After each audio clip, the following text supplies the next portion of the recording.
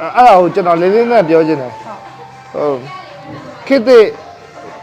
rock band တွေပေါ့နော် band တစ် band ဖြစ်ဖို့ဆိုတာအရင်ခက်ခဲပါတယ်ဟိုအဆိုတော်တယောက်ဖြစ်ဖို့ထက်ကို band တစ် band ဖြစ်ဖို့ဆိုတာအရင်ခက်ခဲဘာလို့လဲဆိုတော့တပန်ချင်းစီမှာတယောက်ချင်းစီရဲ့စ조사အားထုတ်မှုဆိုတာရှိတယ်ပြီးတော့အဲ့တယောက်ချင်းစီမှာ family မိသားစုဆိုတာရှိတယ်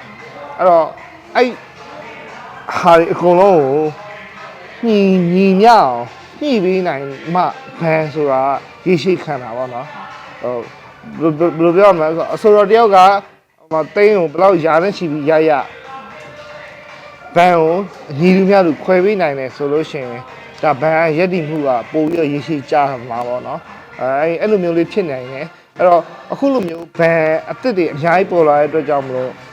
ငွေကြီးကြောင့်မဟုတ်ဘူးသူတို့ဝါသနာကြောင့်အခုလောလောဆယ်ဝါသနာကြောင့်